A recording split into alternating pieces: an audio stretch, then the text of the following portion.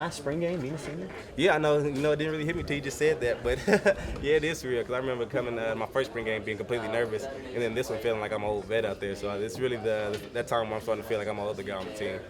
Mike Gundy had said earlier that you were a guy who's really transformed over your career. You came in as a skinny guy, who was really developed. Do you feel that way? Do you feel like in these 4 years you've taken some serious strides? Oh yeah, definitely. Especially just seeing Joseph Randall yesterday, how big he is. I was like, dang, he's still big, and I still feel like a freshman next to him. So just the way that Coach Glass builds our body and the way Coach Spencer builds your mind and just the whole program just builds you to be a man and take things to the next level. Not if you're in the NFL or anything like that, just going out in the real world, getting a job and just talking to young guys when they come in. I can really see myself develop as a man and as everything else I want to be in later in life. So all ups to the coaching staff and everybody for getting you where you want to be.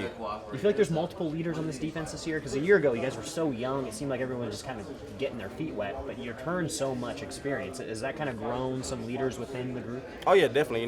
We don't just have set leaders on the defense. You don't just look at one person and say he's a leader, he has to talk. Anybody that has to say something is all vocal about it and say what they have to say, because at the end of the day, we're a team and we need everybody to count on. So if you have a voice, speak up. If you don't have a voice, show it through how you play. So we really just try and do that as much as we can. How was it seeing JW back on the field, especially running against you guys at times? It was good. I see him every day in practice. He did the same thing, so it's probably more a surprise to other people than me because I see J-Dub taking off down the field. And I remember one play in the spring game, they called it down when I was like 15 yards away from him. So I was going to talk to him after that. I know he was mad because it looked like he was about to score. But yeah, J-Dub does a good job. He makes a lot of plays with his feet. That's where I think he's most dangerous. I don't know if you heard it. The fans were cheering and jeering when they actually called that one down. Is it nice to see the fans respecting and understanding what he means to this program and during his time here, even though he's had all these injuries? Oh yeah, definitely. J-Dub was one of the hardest working people you could ever meet. I can remember saying that when I was a freshman. On one of my first interviews, I got a question about J-Dub. I was like, he's just a hard worker. He wants to be the best and he trains to be the best. So J-Dub really did good today, and I can't wait to see what he does for us next year.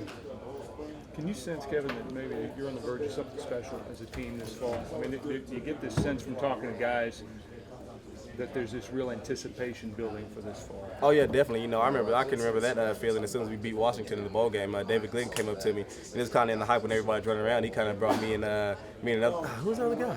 I can't think. But I remember David. He brought us in. He was saying we could be special like we want to next year. You got to be vocal. You got to be a leader and do everything right. And when we did the spring, when we came in spring ball, everybody's doing all that. Coach Gundy always says that we're not messing up. We're bringing the intensity. We're bringing the fire, and everybody's really just showing out. So I can't wait to see what we do next year. The take it back. You probably answered this earlier. The take it back thing. You got one and you took it back. That's kind of making sure that whatever Coach Spencer wants you to do, you're actually living it out. Oh yeah, definitely. I know Coach Spencer probably got a bunch of we're taking it back questions today in the interviews because of that. Because corners like Darius Curry and Ramon Richards both got interceptions, so they're playing really good. And then Ashton and Mike Tavis, they're not giving up deep balls like that either. So it's just really good to be able to see that we're doing something that the coaches preach and they're not trying to get honest.